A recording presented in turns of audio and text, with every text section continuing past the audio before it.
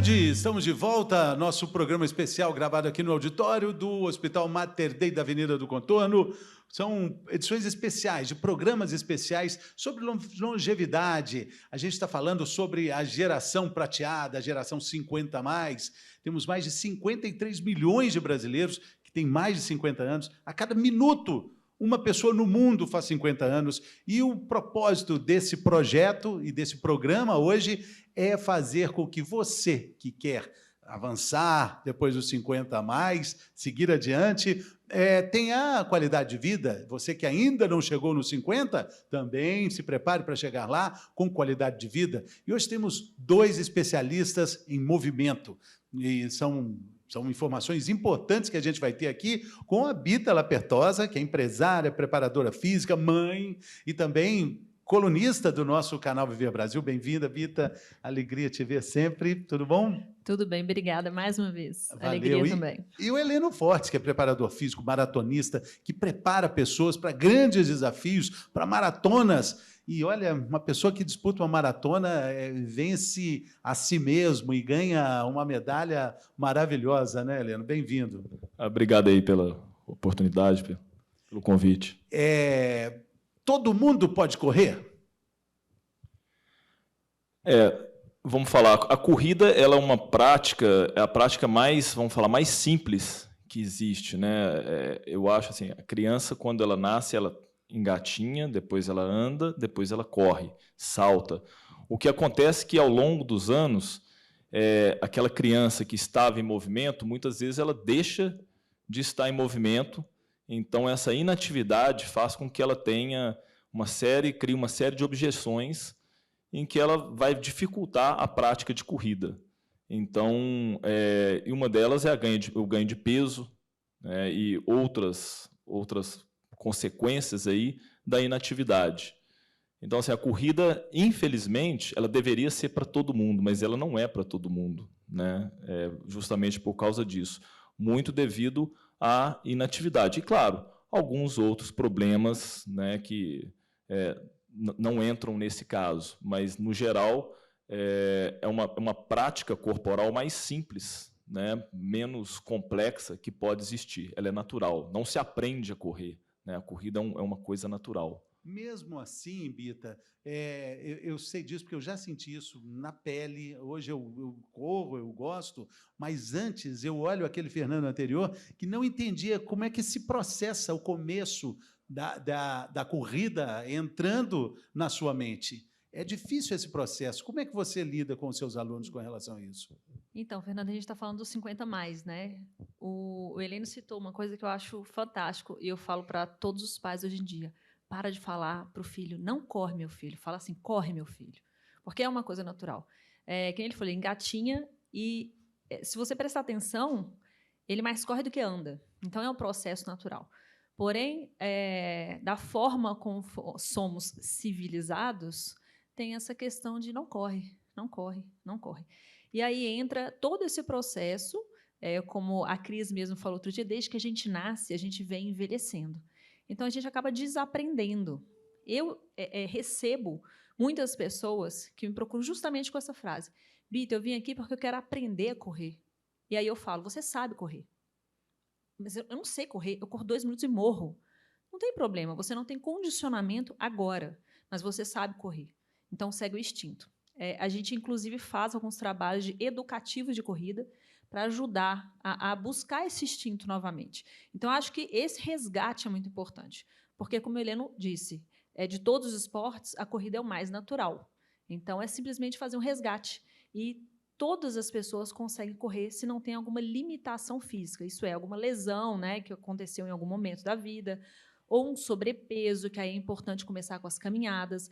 Mas, com essa abordagem, a gente fala anamnese da pessoa, entender o histórico dessa pessoa, a gente consegue colocar a pessoa para correr.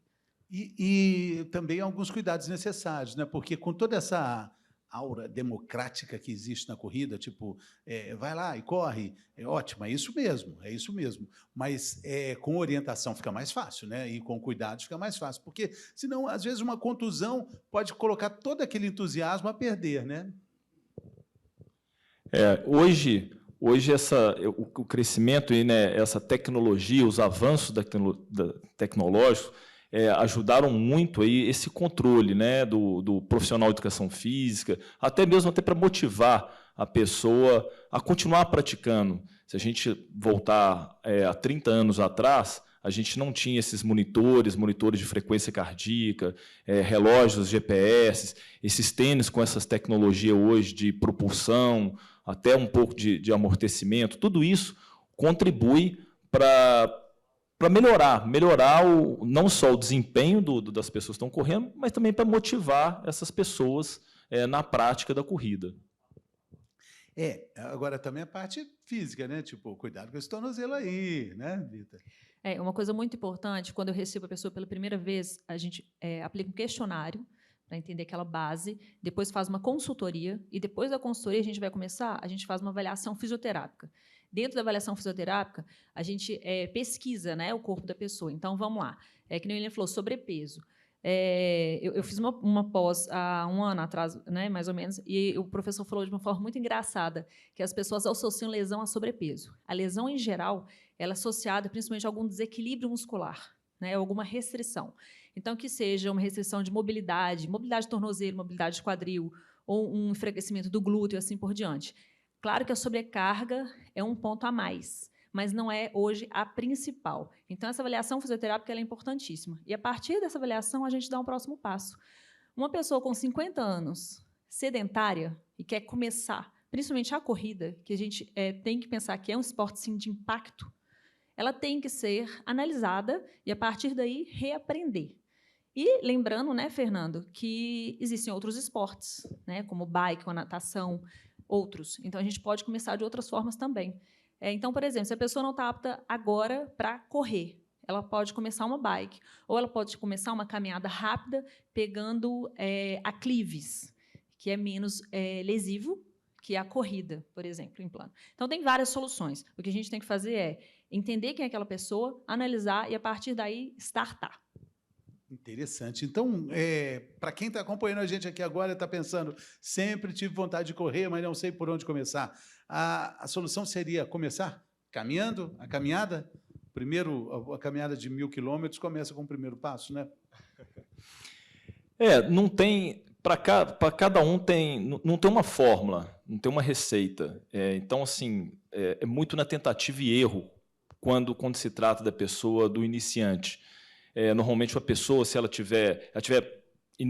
foi iniciante, mas num nível de sedentarismo que ela não vem praticando nenhum tipo de atividade física, possivelmente essa pessoa vai mais andar do que correr e ela vai experimentando alguns momentos, corrida com caminhada, e aí vai alternando o tempo, né? 1 minuto correndo, 3 minutos andando, e aí vai diminuindo o tempo de caminhada, aumentando o tempo de corrida, e vai fazendo essas progressões. E isso não tem muito... pessoas, é lógico, igual a pessoa que está muito acima do peso, ela vai ter mais dificuldade, ou então aquela pessoa que não está ativa por muito tempo, também ela vai sentir um desconforto maior cardiorrespiratório. Então, assim, e lógico também com a questão da idade, né? As pessoas mais velhas que estão por um período longo de inatividade, elas vão ter mais dificuldade que as pessoas mais novas, porque as pessoas mais novas também elas têm a capacidade de recuperação melhor. Mas eu falo sempre a força do hábito, né? A gente está falando de 50 anos, esse ano eu faço 51. E tem 30 anos, eu já fui obeso, quando eu jogava basquete, eu parei de jogar 25 anos atrás, e eu cheguei a pesar 93 quilos, hoje eu peso 70. E na época eu não conseguia atravessar a pista da Bandeirantes correndo, são 1.500 metros. Agora, nesse período de 20 anos para cá, eu já consegui fazer, eu já fiz 33 maratonas, né, correndo maratona em desempenho. Então, eu falo que tudo é questão de você ter disciplina. Não, você não começa gostando, né? Falar que quando eu comecei a correr, eu gostava de correr, não gostava de correr. E a força do hábito, você vai aprendendo a gostar e vai aprendendo a sentir que aquilo te traz prazer e você sentir falta daquilo. E, obviamente, você tem toda uma atmosfera em volta daquilo, que no caso da corrida, apesar de ser individual, você tem um componente social ali hoje, né? Os grupos de corrida, as corridas de rua, você tem muita gente, as viagens que tem, né? Acabei de voltar com uma turma da Maratona de Boston, então as pessoas correm, mas também conhecem outros locais, então tem todo esse social que acaba prendendo a pessoa naquela atividade física e sem deixar que, né, a corrida ela é a mais libertadora que tem. Você não precisa do outro, né? É muito bacana, e você se desafia, né? É muito bacana isso, né? E eu acho assim que quando você começa a correr, é igual quando você aprende a andar de bicicleta. Você não esquece esse momento, a hora que a chave vira, você fala, não, agora eu estou correndo sim. Quem me ensinou a correr foi meu querido José Rubens Deli, lá em São Paulo, e eu lembro exatamente, sabe, no Ibirapuera, quando eu falei, agora eu estou correndo, agora estou. Mas, Bita, tem a condição maravilhosa dessas provas de rua, né? Que fazem com que você vire um campeão ali de si mesmo, né? Provinhas curtas, 5 quilômetros, poxa, é muito pouco? É pouco? É uma maratona. Não é pouco. Isso é muito engraçado. Depois que eu sempre corri muito. E o mínimo que eu saía de casa para correr era 8 quilômetros, 10 quilômetros, né, 12 quilômetros. Depois que eu fui mãe, eu comecei a fazer corridas assim de 3, 4, 5 quilômetros, era o que dava. E foi muito engraçado que me coloquei naquele papel de estou retomando. Eu já tive esse papel, já aconteceu isso antes, mas já tinha um bom tempo que isso não acontecia. E, de repente, você fala, gente, é sempre uma vitória. Então, essas provas de 5 quilômetros, eu falo para todo mundo, quer começar a correr? Se inscreve numa prova de 5 quilômetros. Mesmo que ande.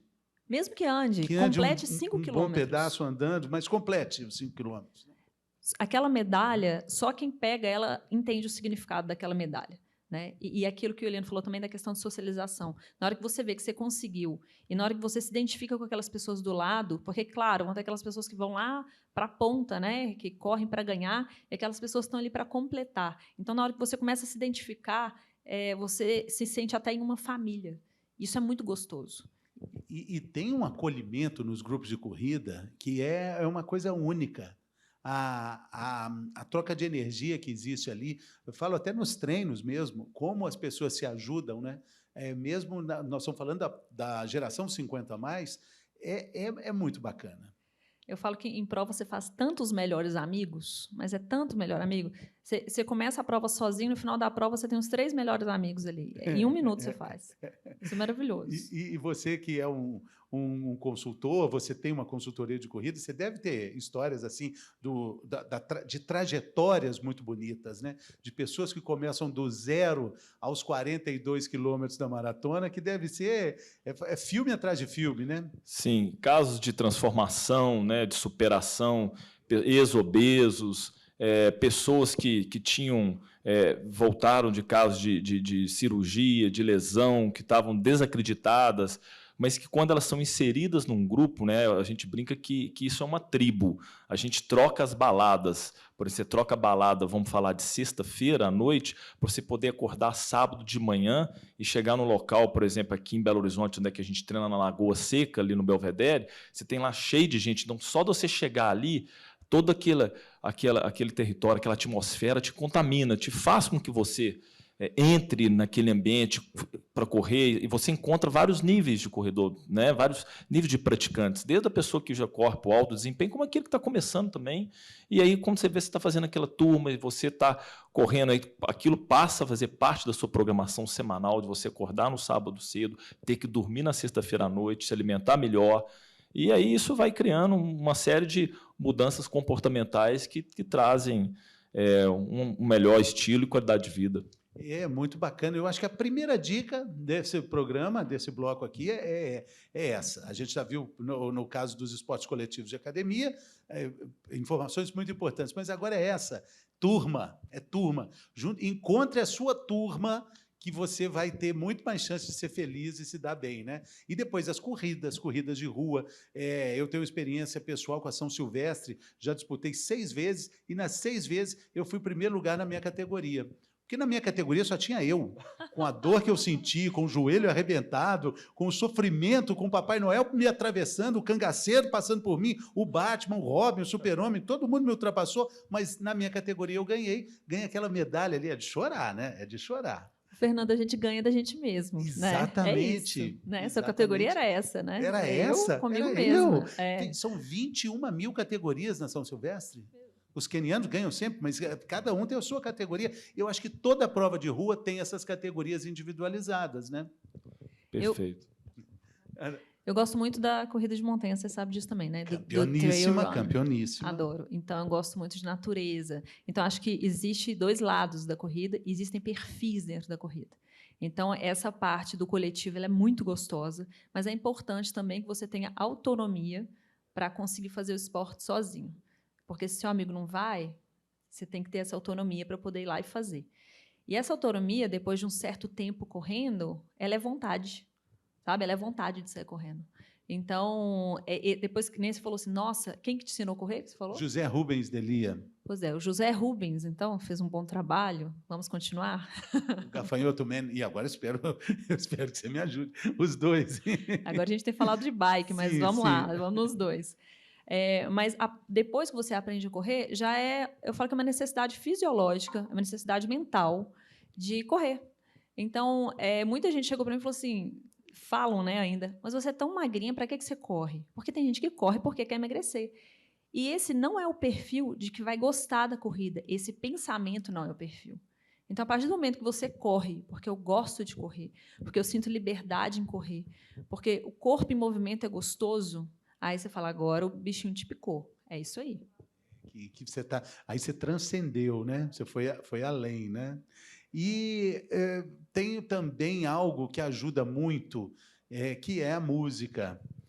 Pode correr com fone, vocês preferem sem? Eu sei que o maratonista jamais vai correr usando fone, mas eu acho delícia demais, gente. Um fonezinho com a playlist show ajuda muito. Olha só, sem dúvidas a música, inclusive isso na maratona de Chicago 2007, o meu irmão foi correr ela comigo e estava proibido de correr com fone, porque foi comprovado que a música é um doping natural. Então, a pessoa podia exceder do seu próprio nível de condicionamento. Só que aí, muitas vezes, né, infelizmente, o dinheiro passa um pouco, e aí, quando lançaram aquele tênis que tinha um podômetro no pé, o tênis da Nike na época, e aí eles liberaram de correr com música. Né? Mas isso foi interessante porque foi em 2007, o meu irmão treinava, meu irmão mora nos Estados Unidos, ele treinava com música e ele sempre correu com música. Eu gosto de escutar muito, mas eu não consigo, o fone sempre cai do meu ouvido, então tem que ser aqueles fones mais duros. Eu transpiro muito, né? Mas eu já corri algumas vezes no Belvedere quando estava vazio, coloquei o fone, é outro papo, é muito bom, é muito motivante. O dia que você está assim, lá embaixo, né? Você coloca uma Escolher música. uma música para te dar um up, né? Pode ser Agnaldo Timóteo, que vai te ajudar, dependendo do seu astral, né? Mas só um detalhe sobre música. Correr com música é gostoso. Eu já corri, eu lembro que uma vez eu corri, foi assim, uma das melhores corridas em tempo mesmo. Eu falei, cara, me superei. Só na hora que eu vi, a frequência estava lá em cima, né? Porque você empolga. Mas na rua, para quem gosta de correr com música, tomar muito cuidado por questões de segurança. Porque, querendo ou não, a gente acaba correndo na rua. Então, se for usar fone, usa um fone só e mais baixo. Sim, isso é muito importante, porque se a gente está correndo na rua, a gente está vulnerável no meio de circulação e a gente perde um sentido muito importante, que é a audição. A gente está muito vulnerável, né? Mas o corredor ali que não gosta do fone está escutando a si próprio, né? A passada, o batimento cardíaco, a respiração, né? Por isso a música acaba atrapalhando, né? Exatamente. Quando você está, principalmente quando você está correndo sozinho, você apura mais essas habilidades de percepção de esforço. Então, enquanto mais treinado você está, mais essa noção você tem de que nível de esforço que você está fazendo.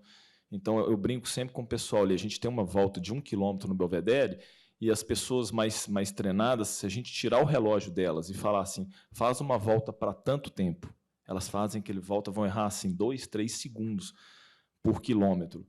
E a pessoa que mal treinada, né, assim, que ela não é treinada, ela não tem essa noção de esforço, ela não tem a noção do que é um esforço forte, muito forte, fraco, né, ela vai adquirir isso com o tempo. E isso, quanto menos no início, quanto menos externos você tiver, né, quanto menos variáveis, melhor a pessoa ela vai conseguir ter mais, ter essa sensação mais apurada. Sim. Você ia falar, Bita? Não, eu falo, isso é autoconhecimento, né, Helene? Então, quanto mais você corre, mais autoconhecimento você vai tendo. O Helene já corre há muito tempo, que nem ele falou, na nossa época, na época que eu comecei a correr, não tinha esse tanto de equipamento. Então, hoje as pessoas, às vezes, começam a correr e já querem saber o pacer, já querem saber, né, a velocidade. Quem não teve isso, corre muito pela percepção de esforço. Eu adoro escutar a minha respiração. Eu gosto de escutar passarinho, né? Eu gosto de observar. Mas eu gosto muito de escutar a minha respiração. Ela me fala como que eu estou. E se eu coloco o fone, aí eu perco um pouquinho desse padrão. Você corre com a sua filha nas costas, assim, se você pôr o fone, você não vai ouvir também ela te chamar, né? Às vezes ela acorda, né? Aí eu não vejo que ela acordou. Agora, com tanta tecnologia, esses equipamentos aí, o tênis, puxa, tem tênis que pode te ajudar a correr mais. Isso não é lenda, é verdade, né? Mas tem tênis que pode te atrapalhar também, né?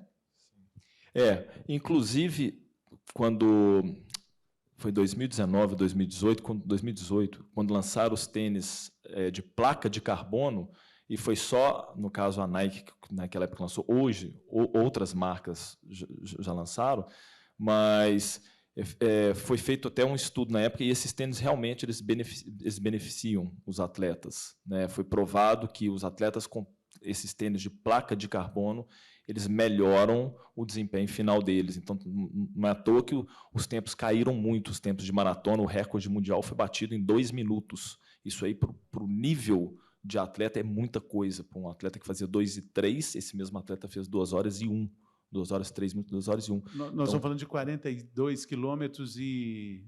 Quantos metros? 195. 42 quilômetros de 195 metros em 2 horas. 2 horas. É muita coisa. Às vezes, tem carro que não faz isso. É 20 por hora. A minha Kombi não faz isso. Que ele está falando em tecnologia, né? Que essa propulsão, essas coisas. Agora, quando a gente for voltar nos 50 mais, a gente tem que pensar que essas pessoas que têm 50 e não correm há tanto tempo, tem que fazer uma análise pessoal. Quando começou essas plataformas de análise, né, de pisada, pronada, supinada, começou todo mundo a fazer palmilha, todo mundo comprar tênis supinado, pronado, e um monte de gente começou a ter lesão. Por quê? Porque a gente tem que pensar na adaptação muscular feita para aquele tipo de pisada da pessoa. Então, vamos voltar nos 50 mais, né, que é o nosso tema aqui. A pessoa tem que ter uma análise pessoal para entender o tipo de tênis. O ideal eu não vou fazer tanto de análise, compra um tênis neutro. Compra um tênis neutro e de plataforma mais neutra, sem um drop muito alto. Aí, quando a gente for falar em desenvolvimento, aí a gente volta a fazer uma análise. Eu gosto muito de bater isso na tecla, porque a pessoa adora fazer uma autoanálise e fala assim, minha pisada é pronada, eu vou comprar um pronado. Fala, cara, compra um neutro. Sabe? Você está começando, o seu corpo foi todo adaptado para isso, os seus tênis do dia a dia, provavelmente eles são neutros, então não troca, de repente. Tudo está muito específico, né? Eu lembro que quando na retomada, depois da pandemia, fui comprar um tênis para correr, cheguei na loja e falei, queria um tênis para correr. Aí a moça falou assim, quantos quilômetros? Eu falei, não sei, minha filha, estou querendo começar aí, não estou sabendo não. Por enquanto, assim, se eu correr tá bom, né?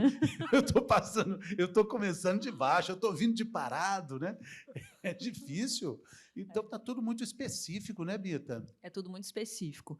E vendedor tem que saber vender, né? Então, tem aquela lábia. Então, é muito importante, quando você for comprar, já saber o que você vai comprar.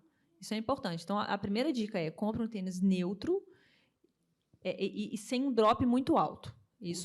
O drop é a parte... É aquela altura. É a diferença entre a frente do tênis e a traseira do tênis. A borracha no calcanhar. Tipo, esse aqui é um drop muito alto, entendeu? Mais ou menos isso.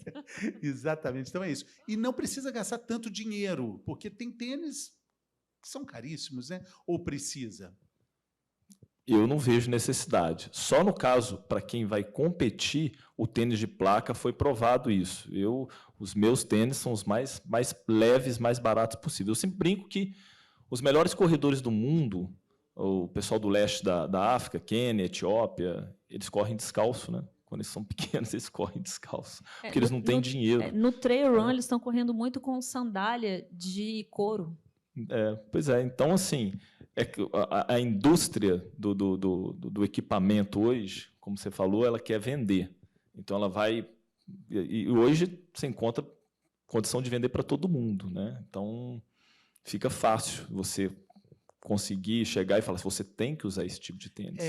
Mas nós estamos vendo aqui que o que precisa mesmo é de disposição, né? Perfeito. Vontade, entender que é possível sim. Eu gostei muito da definição que vocês dois deram. A gente corre, a gente já sabe correr. É só a gente lembrar, né? Só a gente lembrar. Resgate. Resgate, que bacana. Bom, gente, eu queria que vocês deixassem aí como é que as pessoas podem te achar. Nosso telespectador que ficou, gente, agora eu vou correr, é amanhã. Como é que acha? O Heleno corre lá na Lagoa Seca? Tem o meu Instagram, que é Heleno Fortes, e tem o da empresa, né, da assessoria, que é HF Treinamento Esportivo. A nossa sede é na Lagoa Seca, no bairro Belvedere, no BH2 Mall. Mas é isso. Chegando lá, já tem que ter essa disposição para correr ali naquela região maravilhosa ali da Lagoa Seca. Depois tem um lugar bom ali, que tem um picolé de mineiro ali, aquele torresmo mineiro. Dá para almoçar ali, né? Dá, ué, com certeza. Bita, e você já é em outra pista, lá é na Bandeirantes, né? Eu estou rindo que localização de comida sabe todas, né? Não tem? Tem. Bom, o meu pessoal é Bita Lapertosa e o da assessoria é Bita Esportes, né, o Instagram. E a sede é no Sion, ali na Avenida Bandeirantes. Muito bom. E ali, eu sempre passo ali correndo. É que você não me vê, que eu passo tão rápido, Bita. Já entrou uma vez, mas foi só no bazar, porque para treinar mesmo, nunca. Nós vamos lá. Bita, Heleno, muito obrigado. Sucesso para vocês. Informações ótimas aí, obrigado pela gentileza, generosidade. Acho que a gente cumpriu aqui o serviço, cumpriu a nossa função de dar informações úteis sobre o que é possível mesmo para a gente sair do sedentarismo, tirar do papel, colocar em prática as ideias, né, os planos de movimento que são tão necessários, né? Valeu. Obrigada, Fernando. Alô. Obrigado. Muito obrigado também pela sua companhia. A gente fica por aqui, mas também volta por aqui. Tem mais ainda programas especiais nessa edição especial 50 a mais do nosso Saúde e Bem-Estar por aqui. Até a próxima.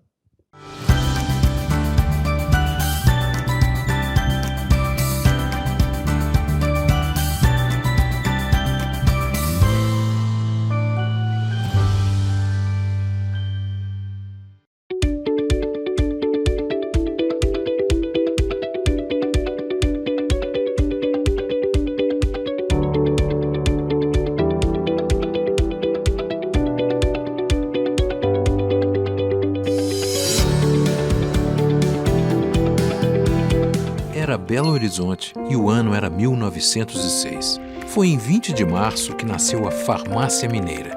Pouco tempo depois, um jovem empreendedor chamado Modesto Araújo foi contratado para ser balconista da farmácia. E não tardou muito para que ele comprasse a farmácia e a transformasse na Drogaria Araújo. Sempre atento às necessidades dos clientes, Modesto dormia no fundo da loja e atendia até de madrugada. A garantia de estoque também era uma das suas preocupações.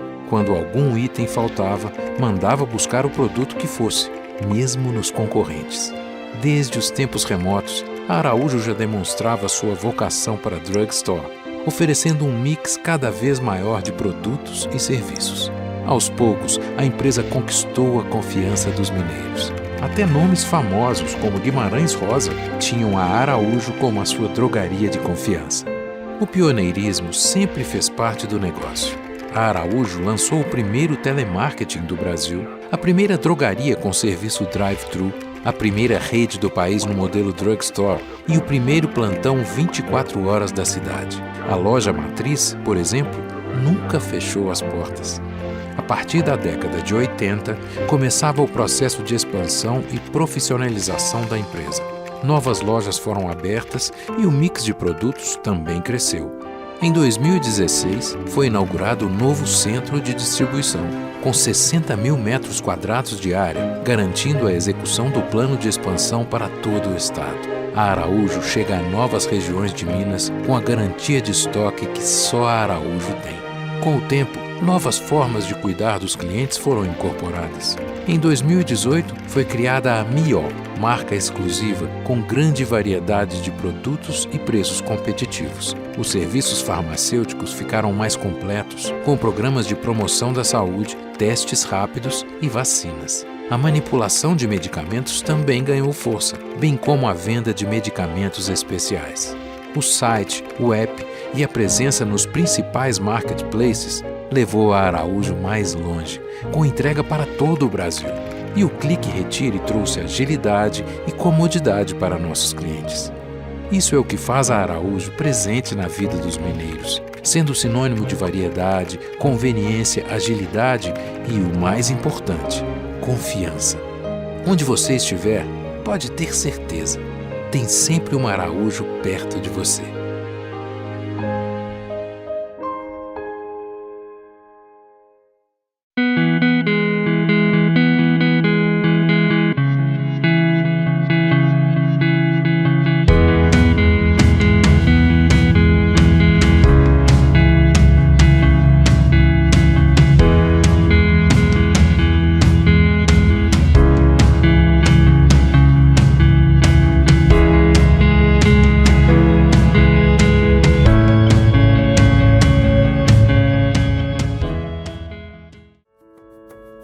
Cada um de nós tem uma história singular. Histórias que, ao longo do tempo, se cruzam e se somam, como as de milhares de mineiros com o Sistema Fecomércio Minas Gerais, SESC, SENAC e sindicatos empresariais. São histórias de empreendedorismo como a do Nadim, comerciante há mais de 40 anos, que gera empregos e contribui para fortalecer o setor à frente do Sistema Comércio de Minas Gerais. Do Marcelo, que vive do comércio e trabalha em conjunto com os sindicatos pela sinergia entre empresários e empregados. Do Rodrigo, que conta com o suporte do sistema em todos os momentos, como a da Tamires e do Giancarlo, que sabem que a satisfação no trabalho se reflete tanto na vida pessoal quanto no cuidado e no atendimento aos clientes. Do Gilson e da Marília, que acreditam que trabalho e qualificação devem caminhar em sintonia. Da Carla e da Zi, para quem o comércio é sinônimo de oportunidade e qualidade de vida. Se você se reconhece ou conhece alguém que vive uma história semelhante, saiba que não é mera coincidência. Afinal, as histórias que contamos aqui são reais e se repetem todos os dias na vida de empresários, trabalhadores do comércio e dos sindicatos empresariais de Minas Gerais. É por acreditar no comércio e no poder transformador do Sistema S que hoje estou à frente da presidência do Sistema Comércio em Minas Gerais. E me orgulho em contribuir para um novo tempo de transformação. Somos o apoio para o empresário crescer e fazer a economia girar. Somos o equilíbrio entre as relações de trabalho. Somos oportunidades de crescimento profissional. Somos saúde, educação, cultura, esporte, lazer e assistência para os trabalhadores e suas famílias. Tudo isso prezando pelo direito ao acesso a serviços de qualidade para quem vive no comércio e faz ele acontecer. São milhares de pessoas que, assim como as que apresentamos nesse vídeo, possuem histórias reais de transformação, histórias que demonstram a importância do nosso trabalho. Sistema Fecomércio Minas Gerais, SESC, SENAC e sindicatos empresariais, fazendo história junto com os mineiros.